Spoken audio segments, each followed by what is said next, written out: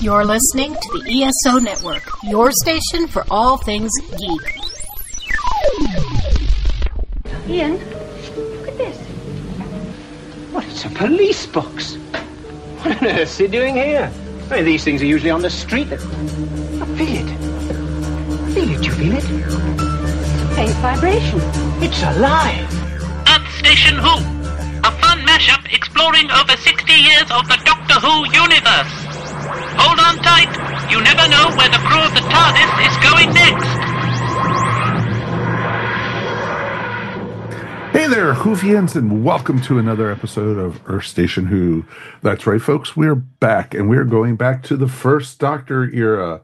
We are going to look at The Rescue, a nice little short two-parter, and it featured the first Doctor, Ian and Barbara, and we were introduced to Vicky.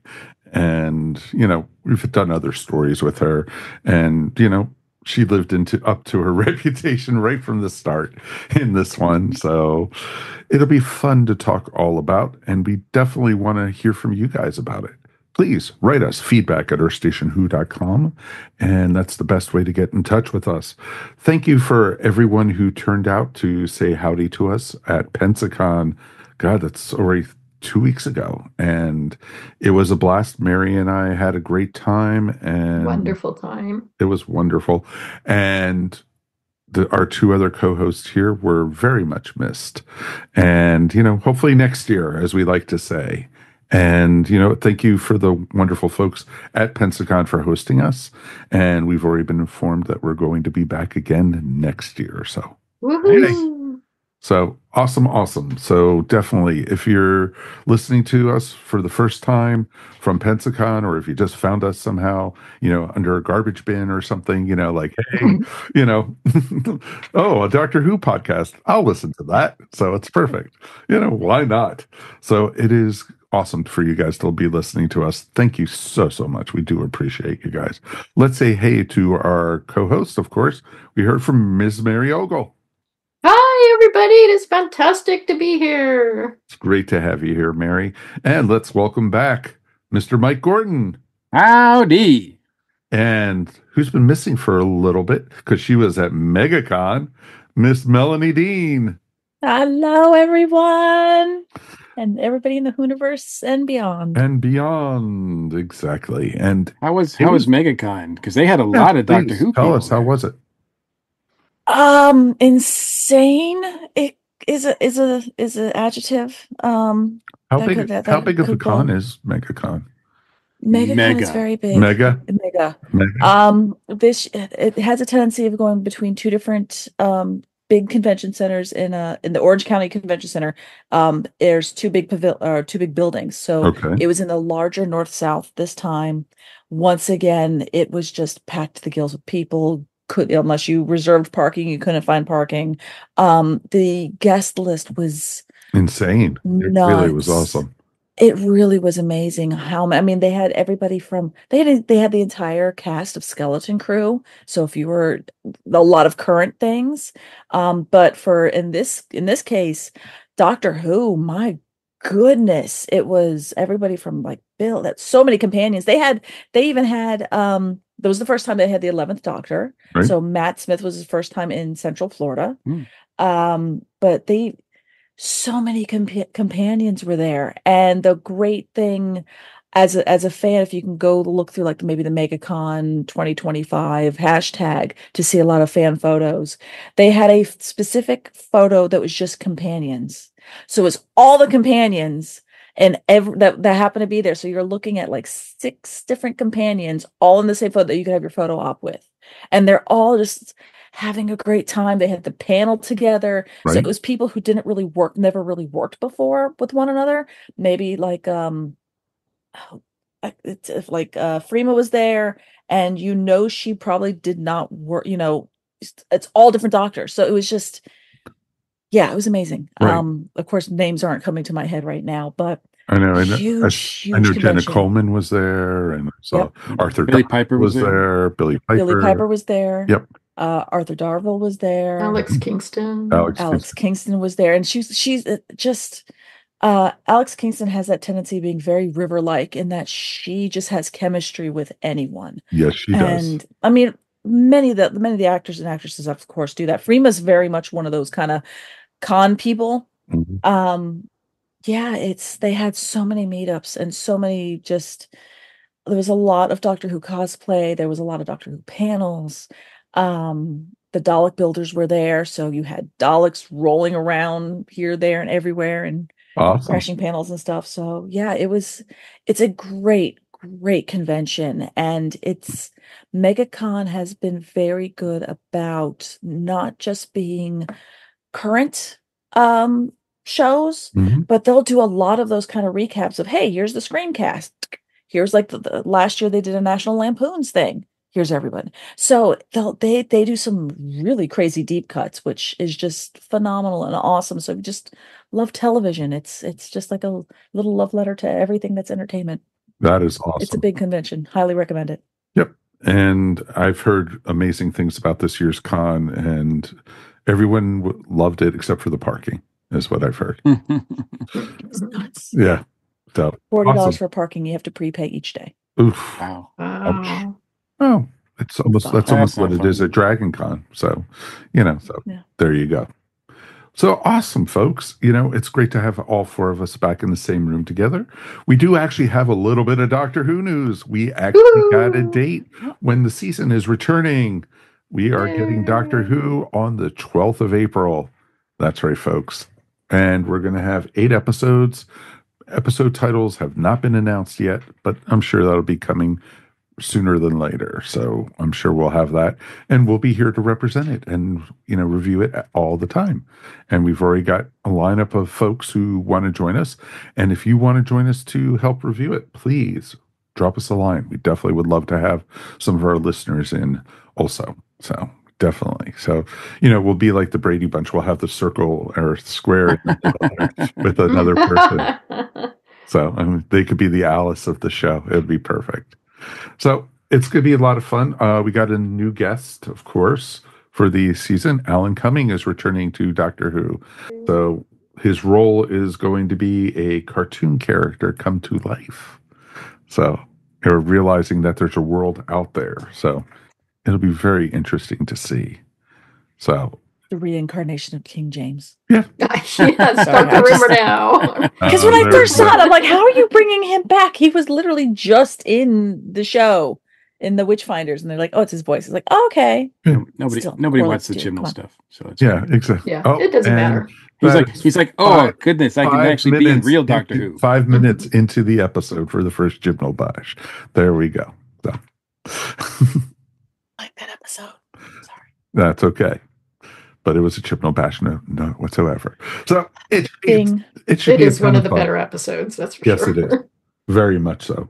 And so we'll be there, and we definitely are looking forward to what we're going to get. And you know what, folks?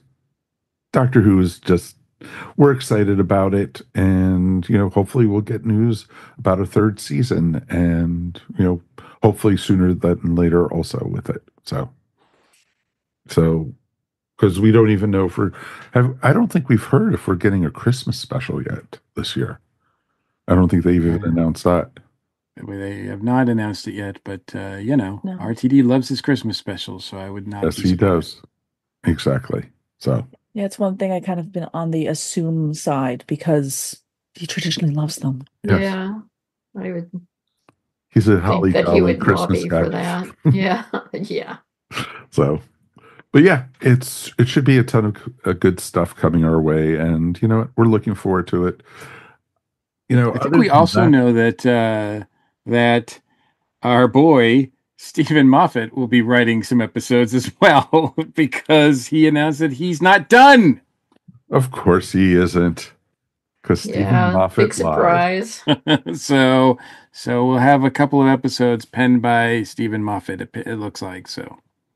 Yes. Again, I'm excited about that because he's not pulling double duty, show running 2 different shows and writing. Moffat just writing one thing, I'm happy as a clam. Exactly.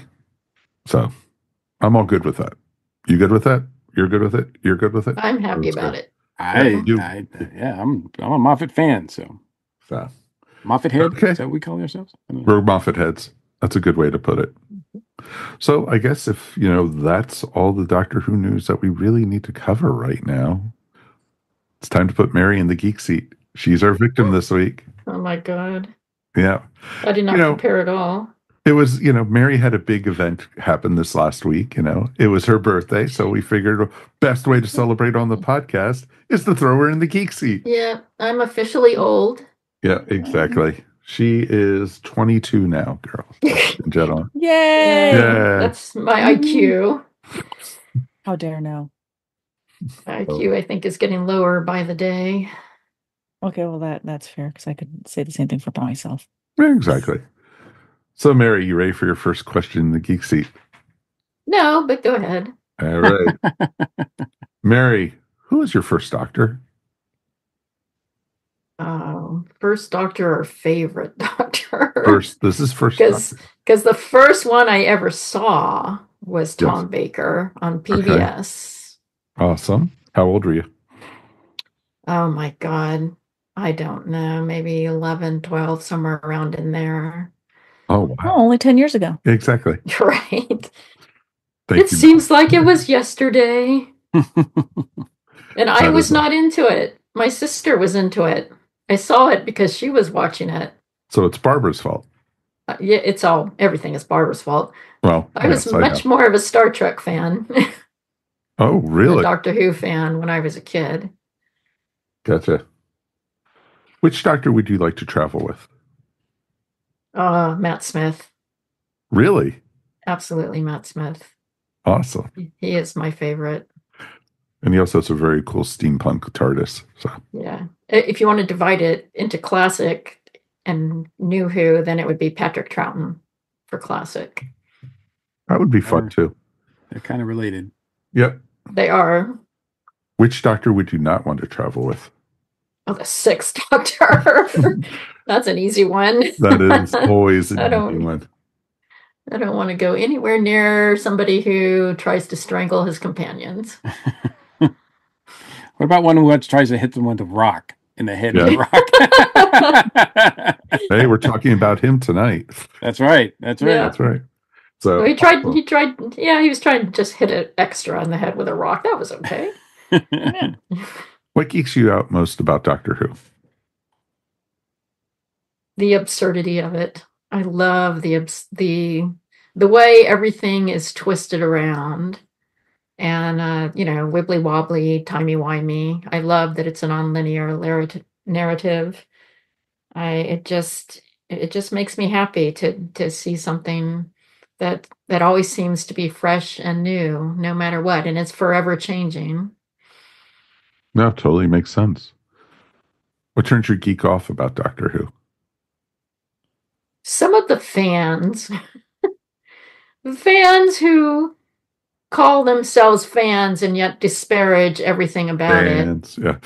Yeah. I mean, all they want to do is complain.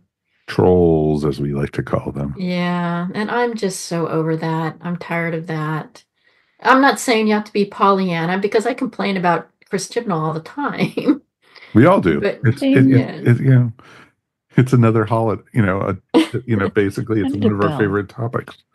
So we even did that when we were at the con a couple weeks ago when we were doing our panel. Mel, do we need a Chibnall bell? A chip bell? We do need a chip bell. Chip bell. Ding. Ring the chip bell. Ding. I feel like there's a line that gets crossed because yes, we're mocking Chibnall, but I don't feel like, and of course Chris might feel differently about this, but we're not being like mean-spirited. We're not like disparaging him because of the way he looks or the color of his skin or his gender or something like that. But there's this line that has been crossed with some quote unquote Doctor Who fans where they just want to hurt people. And that is entirely against what Doctor Who is about for me. Exactly. They hate just to hate, basically. Yeah. That makes sense. Which Doctor Who companion would you like to meet the most? Oh, Alex Kingston. And don't anybody say she's not a companion, because yes, she is. River is a companion. She's a wife. Alex Kingston is a companion. Hello.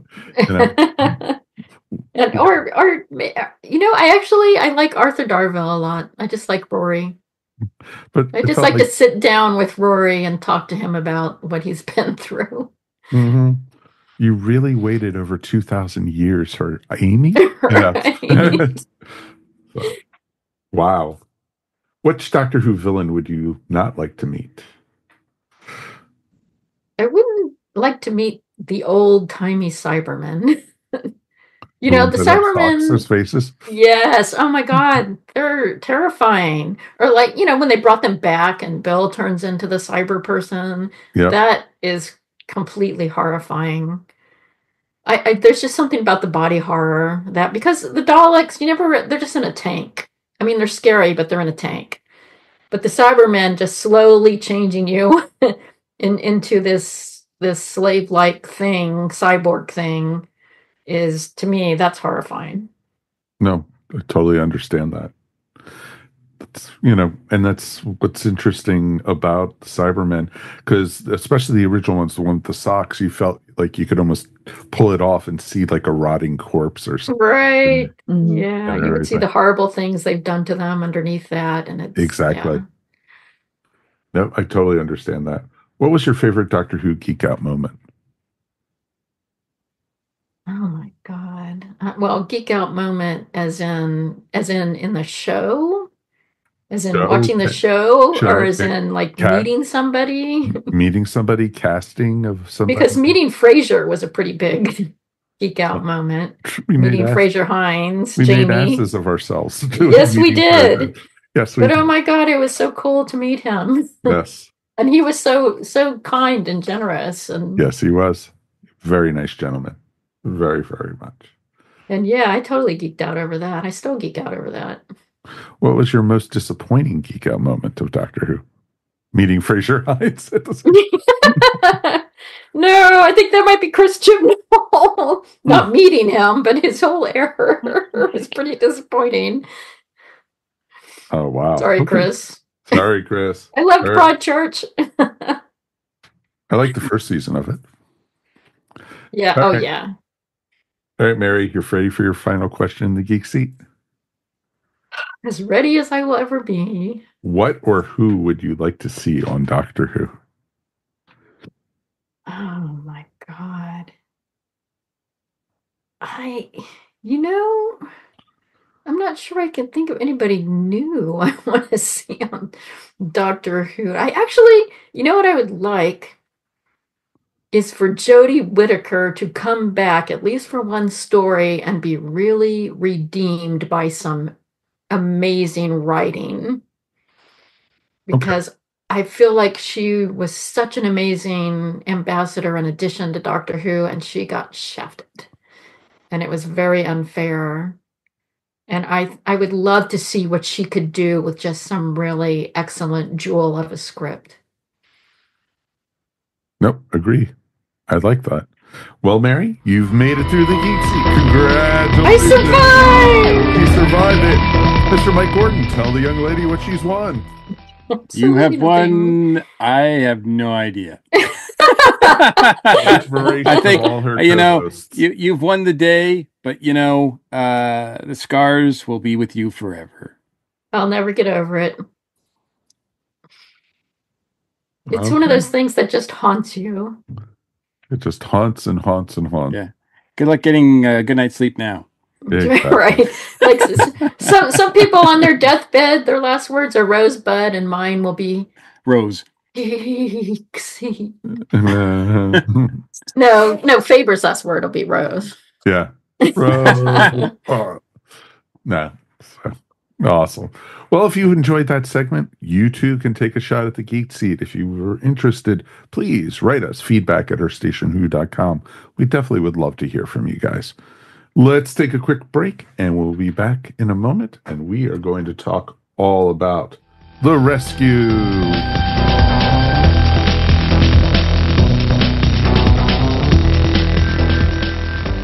Hi, I'm Joe Heath. I'm Tony Heath. And we host the Watch-A-Thon of Rassilon, a podcast where we're watching through all of classic Doctor Who. Nope, we've already done that.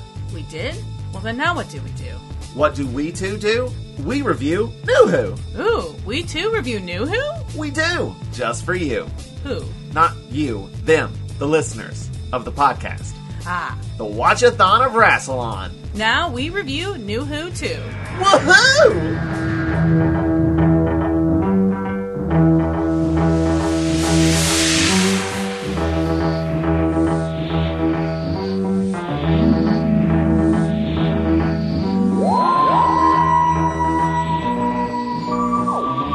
Welcome back. Now we are going back to 1965. We are looking at The Rescue. It is featuring William Hartnell as the Doctor, William Russell as Ian, and Jacqueline Hill as Barbara, and introducing Maureen O'Brien as Vicky. Okay, so was this everyone's first time seeing this one? Yes. Yeah. Yep. Amazingly, no. Really? No. Wow. I was watching it and I was like, oh my God, I have seen this before. And I don't know why. I cannot figure out where I watched it before. Right. And it was probably sometime with my mom when we would just watch like random, episodes. Right. But yeah, I was surprised at how familiar it was. And it did not get better on the second showing. You probably dialed it up and said, hey, this is two-parter, it's a short one. Why not? Actually, that probably is exactly what happened. I was sitting with my mom. We were just looking for something to watch. Because there weren't too many that were this short. I think there's one that early on in the first Doctor era, there's one that's just 1 half-hour episode. And then there's this one, which is 2. And I don't know. I haven't come across any I can't think of any that are that short either, but maybe I'm wrong. But yeah, they do not give Vicky a lot of time for her debut. No. Actually, in some ways, I thought it was too much, Vicky. In a little bit, well, that's because they made Vicky a Susan clone, especially in this episode. Exactly. Yeah, they didn't sort of try to go too far beyond that mold. No, they really didn't. No, exactly. And the story was predictable. The story, who the bad guy was and what it was about. And I want to say I was trying to have fun with it, but they once again were in a deep dark cave with a creature, monster living at the bottom of the pit. They did that in the Dalek story, and it's They've and done it in a lot of stories. Yeah, it's about many others too. Even New Who, Yeah. So, what were your opinions of the first one of the storyline? Let's go to Melanie first. It's sad that I'm like, this is a filler episode. Yeah, it was a filler two-parter. Yeah, I mean, it wasn't. If this was almost like a debate class, I could and was told, okay, just completely, trash this one. I could do it. But then on the other hand, I could also be, if you told me, okay, we're going to do a debate team, talk about every good point. I could do that too. So it's like, I'm like down the middle. This was decent. I like the fact that it was only 2 episodes because it was short. I liked that. I mean, it was very tropey. Nothing was very surprising to me, except I had to keep telling myself her name's Vicky, not Susan. Which I just sometimes the doctor called her Susan. Yeah. He called her Susan at one point. I'm like, wait, okay, so it's not just me. I'm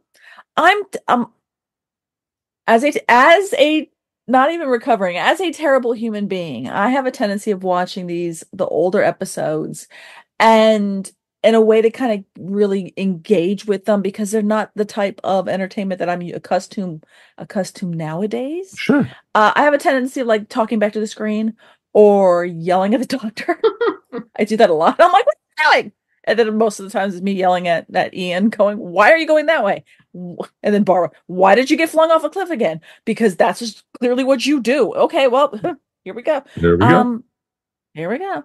Um, there, as a whole, I liked the episode. It's a good filler episode. It had its highs, it had its lows. I'm trying to not be too spoilery and my just in my quick Yeah, spoilers. we have no rules here. Yeah. I liked the way the creature I have to admit, I really liked the costuming on this one for the creatures. Oh, the Coquillion? I thought that was pretty cool. I was listening to an interview with the costume designer, and he basically was basing it off a close-up of a fly. And I could see that. Yeah. Because there was just the Coquillion. Yeah. Coquillion, yeah. I think. Because even in the episode, I thought somebody called it a couple things. This is old Doctor Who. They called everything. Yeah, they weren't too sure of it either. So yeah. But I really liked the hands, like little fingers, that kind of thing he had, and that kind of vibe, and all the quills to it. Oh, Quillian. Good job, Melanie. You just you just connected those two dots. But no, it's a good episode. It's fine. It's fine. I recommend watching it because it's fine. Okay. Next. Mr. Gordon. I thought it was pretty good. I think there's a lot that's interesting about this. Obviously, it's Vicky's debut, so you're introducing a new companion. I did like the fact that the sort of shadow of Susan is still over the TARDIS crew. You see the Doctor kind of missing her and everything, and that it's not played out completely, but they keep talking about how he's not his normal self. In fact, when they first get there, he's just like, I'm going to go back to sleep.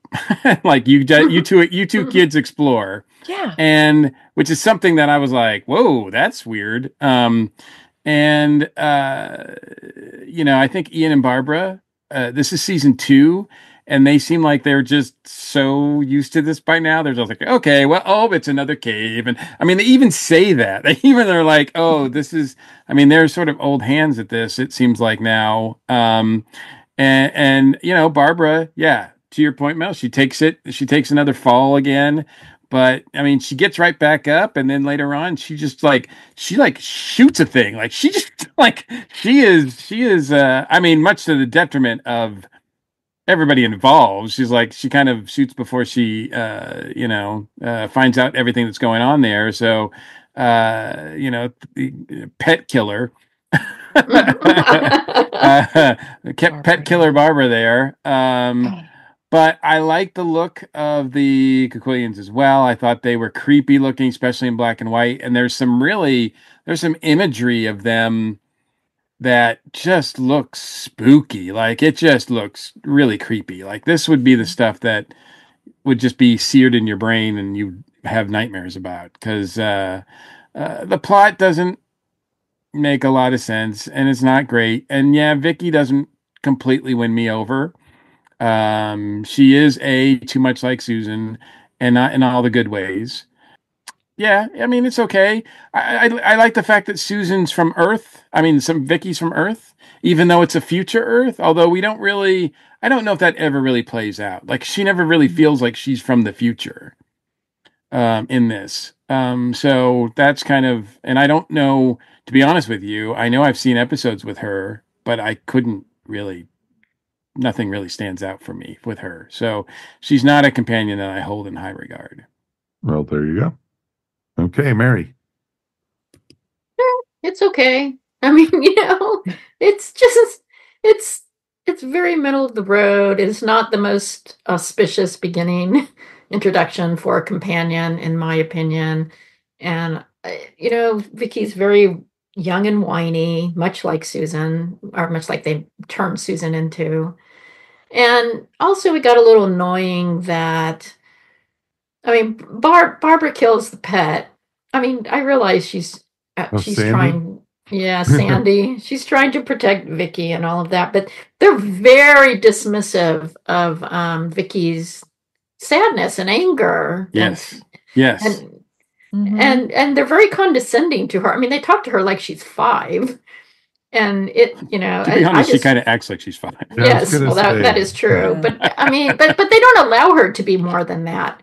So it just becomes frustrating. I mean, to watch the character get, sort of reined in and caged like that, because you could have done something interesting with her and they did not.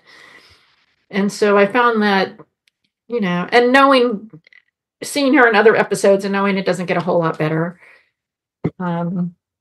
I just found that unfortunate. And I wish they had, maybe gone out a little more on a limb. Real quick, though, you make up an interesting point, though. And one thing I did really appreciate is when Vicky is having a hard time dealing with things, I was really surprised that they didn't have Barbara and Ian try to be the ones to uplift her. Instead, it's the doctor that makes a connection with her. And I thought those scenes between them actually were kind of nice, because at that point, we really hadn't seen William Hartnell do that kind of thing a lot. See, I agree with that. And I was going to bring that up too, that they actually, when it's just the two of them, there's actually a lot of compassion there and a lot of sympathy. And he does act more like the very caring grandfather. That's exactly what I was about to say. Very grandfatherly and such. I didn't, there were, like I was saying, Vicky, I didn't really care for in this, but I loved Ian and Barbara in this once again. And, Barbara was great in this. And, she wasn't going to back down from anything. And she thought she was trying to protect Vicky from Sandy. There's a monster coming towards us. And she had seen the ray gun. And so, which I found interesting. But, if the ray gun was there, why didn't Vicky use it on the Quakewill? What? It's a flare gun. It's a flare gun. It's supposed to signal the ship that's coming to save them. So she doesn't want anybody to use them. I would still use it on an alien if it was threatening me. So she wants to get rescued. That's the only for her. That's the only hope that they'll have to be rescued. Right. She's not gonna get She's rid not gonna take a chance. One of the things I was noticing though is, I thought the whole thing about the rescue was also a setup until the very end, because when the doctor went into Bennett's office, or wherever he was holed up, there was a radio in there. And there was with a microphone. And I was like thinking, was he faking that there was a rescue coming? I know he wasn't, but yeah, I thought of that too. I thought that until the very end, when you actually heard the people, after the TARDIS was taking off, and you heard the people radioing in, hey, we're, checking in with you, type thing. So at first I thought, oh, is Bennett that big of a scumbag that he was, even just leading her on. Exactly. Yeah. Apparently, in the original script, Bennett was gaslighting her the whole time. It was very mean to her, and they had to dial that down. Because I guess they felt like it was just too much. But right, yeah. So I guess there are elements of it that are still there. So it's not a total surprise when it's revealed that he's the bad guy. But yeah. The ending makes no sense whatsoever. But if they made him so much more of the villain throughout it, if that was the case, Mike, then it would have been like, what? You mean Bennett's the one who killed everybody and her father? Lay gasp. Exactly. Yeah. And when you actually met the actual race from the planet, and they just popped up, didn't say a word or anything, but they were in hiding. It was interesting because when I first saw them, I got the Time Lord feel from them from the War Games, and the look and feel, and it was like, oh crap, the Time Lords are rescuing the Doctor back then, and they just didn't want to say it. No, not at all. But no, they're just random survivors. Exactly. But it was interesting also because the Doctor said he had been on the planet Dodo before. And so it must have been him and Susan before they landed on Earth, assumedly. Well, unless he went out without Susan. But Yeah, exactly. Or it could have been the fugitive doctor. Or it could I have was just been thinking Right. that the doctor who went there. Yeah, exactly. This is peaceful. There was no war, nothing like that. It's amazing. In this two-parter, I was looking at it, I was reading about this stuff, like doing some research and everything, and there's a lot of firsts here. Because for a little, like, two-parter that's just meant to bridge from one companion to another, it's as you mentioned, Mike, it's the first time the Doctor has arrived on a planet other than Earth and claimed to have been there before. Right. It's the first time that the Doctor willingly asks someone to come and travel with them on the TARDIS. It's the first time a companion is replaced. It's the first time the Doctor will speak the name of a past companion, in error, but still. It's the first time that the sound effects of the TARDIS are laid over footage, so that because before this, exterior shots of the TARDIS landing had implied that the ship appeared soundlessly in a new environment. But with this one, we actually see the TARDIS and hear the noise. So from now on, you know that people on the outside, when it lands, can hear this noise too. It's the first story under Dennis Spooner, a script editor. It's the first time that Doctor Who breaks into the top 10 most watched programs of the week on BBC. Wow. And it remained one of the program's highest charted episodes and ratings, even taking into account the ones from 2005 and 2023 and all that. Yeah. Wow. I mean, it's still, I don't know. Everybody wanted to tune in, I guess, and see who the new companion was.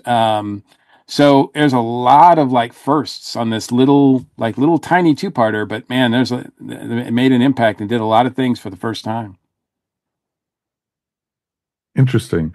Yeah, and it's very, very interesting that you get that type of, first time stuff, and for just a two-parter. Yeah. Yeah. Well, it just shows that, it's only season 2 and the show's evolving, right? The show's trying to do things new and change things and still trying to work out some stuff and dealing with, I mean, they didn't have to replace, like, it could have just been the Doctor and Ian and Barbara, but they felt that they really needed another young person in there, so that's why they instantly replaced her with Vicky. And I know that the actress who plays Vicky, who's still alive, by the way, Maureen O'Brien, is, bless her, she's 81 now, and she still does Big Finish, I guess, as Vicky. Mm-hmm. Or she's done a lot of Big Finish. I'm not sure the last time she did one was, but she does appearances, I know, still. And I know she's, talked about how she was really nervous of coming into this show where everybody, she's a new person. She's a new one and everybody has a way of working and everything like that. But apparently it was William Hartnell that made her feel really welcome and at home. And also, I'm drawing her blank now, but the girl who played Susan, Caroline Ford, actually showed up on the first day and kind of just said that, talked her through it and everything like that. So, I thought that was pretty cool that they went out of their way to make sure that she was welcome as part of the cast. No, I thought for a two-parter, it was interesting. And like you said, it was a good way to introduce a companion. And, especially like you said, it was a very easy way. They could have just said, okay, let's keep on traveling, just Ian and Barbara and everything. And then when they left, brought in 2 new companions or something. I think the just like, we see still to this day, the studio and BBC and everybody, the producers were afraid to change what was working. And so when Caroline Ford left, they said, we have to bring in a new girl and make her as much like Susan as we can. And in fact, they actually asked Maureen to dye her hair, cut her hair and dye it black. And she was like, why don't you just get Caroline Ford back? She said she refused to do it. She's like, I'm not doing that. But, nope. And that was a smart play because she's someone different, Mm-hmm. Well, but they were so afraid of doing things that were going to mess up with the formula. But it was interesting because I remember watching Adventures in Time and Space, and they dealt with, Caroline Ford leaving, and there was a lot of pomp and circumstance about Vicky coming in and everything. in this and they had all these news conferences and at the BBC and champagne celebration with everybody, and it was interesting to see. So things things to come. And you also had the Doctor sleeping through the TARDIS landing for the first. Yeah, you're right. Which was interesting. It's like, wait, we've landed. It's like, so, because you rarely see the Doctor sleeping on the show at all, ever.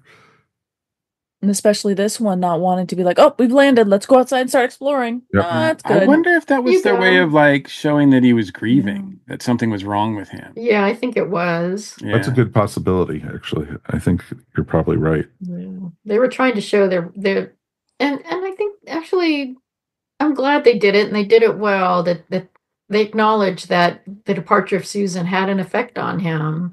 That he wasn't just it humanized him. He wasn't just this, curmudgeon who basically kidnapped Ian and Barbara.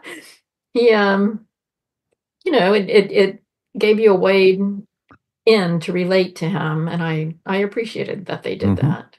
Exactly. Very interesting. And you know what? And of course, she was the first one to come in and look, it's bigger on the inside. Yay. So there you go. Any final thoughts on this before we go ahead and rate this one? The other little story I thought was cool, because we talked about how, badass Barbara is, but I think even more badass is Jacqueline Hill, played Barbara, because apparently when she shoots the sand beast, when her character shoots the sand beast, the powder on the prop gun detonated prematurely, and she was treated for shock and a sore face because it blew up kind of on her. Oh. And she still went on and did the thing. So, she really took one for the team. So, way to go, Jacqueline Hill. Yeah, Yay. That does not sound like fun at all. No, I mean, it also, not at all. unfortunately, they also continue a trope that happens to this day in Doctor Who of the villain being a piece of cardboard. Yes. Because, he has no, you don't learn about his motivations at all. I love that he's like, I killed the guy on the ship, so then I came here and killed everybody else. Yep. Yeah. Okay. Was there perhaps some sort of reason? But I left the girl alive. Right. That makes sense. I mean, she's to become my common law wife, or that's God. Give him at least a little tiny. Give him a monologue, at least. Give us a few details. He was waiting for the rescue ship to show up so he can kill those people next. Exactly. We only got 2 episodes. That's pretty much all he does. Exactly. Yeah. Take their ship and then leave. So, and leave Vicky behind with Sandy. Yeah. So there you go. Murder spree Bennett. Exactly. All right. 1 out of 5 TARDISes, 1 being the worst, 5 being the best. Ms. Mary Ogle, you're the birthday girl. You get to go first. I feel like giving it a 2.5, even though that sounds kind of mean-spirited in a way, but it just is so middle of the road for me. Mm-hmm. And I'm not sure that, and even though I would tell people, yes, watch it, but it's not going to move you in any way. Don't set your expectations too high. So yeah, right. 2.5. Okay. Melanie. While the 2.5 is a very strong case, I was just going to go middle of the road 3. It's just for tropey goodness. It's everything that there's no curveballs. There's no. I could, if I wanted to tell somebody to watch a first Doctor story that's going to be formulaic, is exactly what it is. And this is how Doctor Who's going to most likely handle new companions just showing up. No. Yeah, I'd give it a 3. I mean, I would recommend it to somebody saying that they want to see a first Doctor and they don't want to invest any time because they're just a terrible human being and I can't get them to watch the Aztecs one. I mean, this isn't a bad starter because, again, I didn't see this before, and when I saw this on the list to watch, I'm like, ooh, 2 episodes. I kind of got excited for that. I'm like, okay. And you kept on Middle watching of the road. It's a after 3. it even. So you kept on going. Yeah, I did because I was had nothing else to do. I was already in my nice little popcorn mode. I'm like, okay, Okay. Murder Spree Reddit next. Like, yes, Tubi. Yeah, I'll watch the next one. There you go. All right, Mr. Mike. I'm going to give it a solid 3 as well. I was tempted to go a little bit higher, but like to 3.5, because there are some moments in this that, like I said, I think the design of the monsters were, all of them, the creature in the pit, as well as the Sandy and all, like they were all really well done, I thought. And creepy the way they're filmed. Christopher Barry did a great job directing this one, I think. Yep. And also William Hartnell. I mean, he's sleeping through most of the first part, but in the second part, between him having some nice moments with Vicky, as well as, he's really the go-getter. Like, he's the driving force to go after Bennett. And he even confronts him and has a little fight with him and everything like that. And he's a doctor of action here. And you don't usually see that with some of these early ones. So I think it's a pretty solid William Hartnell appearance too. So I'd give it a solid 3. Okay. Very cool. Wow. I'm going to give it a solid 3 also. I'm not going to go as low as Mary, so. I'm the bad guy. And, Vicky actually pulled it down for me, but I think the sets were wonderful in this one too. The spaceship. Yeah, the effects work and everything. Yeah, the production values are really good in this one. In this one. I loved in the cave when they had the knives coming out of the wall. If you notice, there was the knives were coming out of a sculpture, basically, of the sandworm or whatever it was, of Sandy, and out of its face. And I just thought that was brilliant. I thought that was really well done. And it's like, oh, don't let it be, extra sets they had for the Aztecs or something like that. But it was really well done.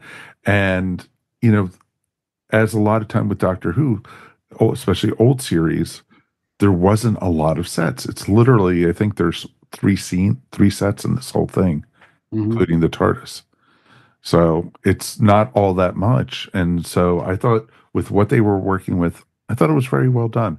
Would I recommend this as a first episode to watch? No, I wouldn't.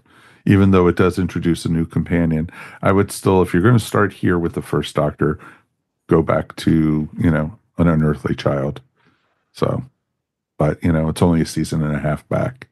So, but it's neat also to see how the show has evolved from that point to where they're at this point. So, so overall, definitely it was a fun two episode, and I'm very glad it was only 2. So there you go. Still better than anything Chibnall did. Oh, I didn't. We need to get one of those like little twirlers. Chibnall alert. Well, we have TARDIS ratings and we have Chibnall ratings. The Chibnall scale. Well, we definitely How many Chibnalls would you give this? Please write us feedback at EarthStationWho.com. We definitely would love to hear from you guys. Let's wrap it up for tonight. Thank you, everybody, who joined us and is watching us. Everyone who was at Pensacon and came to our panel, thank you. It was actually a fun talk. It really was. And, we went off the rails, as always, with our show and our panels, as always. We didn't talk at all about what we were going to talk about. No. But you know what? People were interested.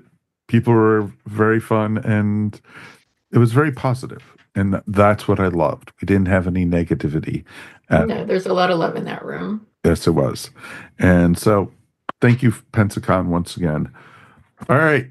We'll be back again in 2 weeks, but a little note that when the new episodes of Doctor Who come out, we'll be reviewing them every week. And we're working on technology that we'll be able to go do live episodes again.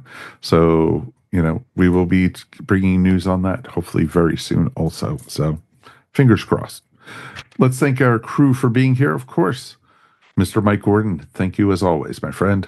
And as always, it's my pleasure. Hey, I do want to point out that in next week, well, not this weekend coming up, but next weekend, I will be traveling to Indiana, and I'll be going to the Indiana Comic-Con, only for the Friday, though. I'm just going up to visit some family up there and some friends. I'm going to hang out with my Bat Chums co-host, Drew.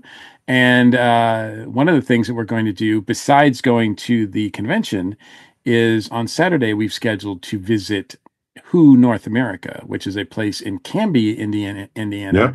which is America's Doctor Who store. It is a cornucopia of Doctor Who merchandise, of like all just in the middle of nowhere in Indiana. So I am looking forward to checking that out. And it's going to be tempting. It's going to be hard on my wallet, I'm sure, because they've got everything there: merchandise, Big Finish stuff. They've got merchandise, a ton of stuff there. sir. Merchandise.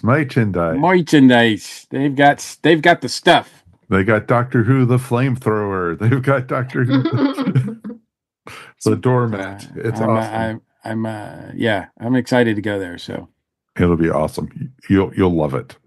You'll definitely love it. Cool. And have you been? Me? No. I just wondered if anybody. I've driven through Indiana. I've never stopped because I fear the state, so it's okay. So I've not been, but I've interviewed the nice people who've run it, own it, and had a walkthrough and stuff like that. So I've virtually been there, and my Lord, I've shopped. See them with jealousy. Yeah, I've shopped at the store online, but I have not actually been to the store. So. Now that I'm not doing pops anymore, I think Doctor Who's merchandise is going to be coming up more on my list more. Yeah, I think that's how they do most of their sales. I don't think the regular Canby folks in Indiana are frequent, shoppers there. But for those people who want to check it out, it's their website is whona.com. Definitely, and we will have a link to it in our show notes. So definitely check that out. Ms. Mary Ogle, it was wonderful spending time with you and your sister. As always, I had a wonderful time with you guys. Didn't hurt being at the beach, too. Yeah, it was kind of nice. Oh, no, it never hurts being by the Gulf of Mexico. Damn straight. Look it up on a map, folks. Unless you look at Google. No, don't look it up on a map. Don't use Google Maps. There's tons of other maps out there. So definitely. And how can people find your artwork? They can find me at maryogle.com or on Etsy at eVision Arts. Awesome. And Ms. Melanie Dean, it's wonderful to have you back. And it's wonderful to be here, and it's wonderful hanging out with you wonderful people. Ooh. I can use words. Yes, you can. And you're going to be going to Japan very soon.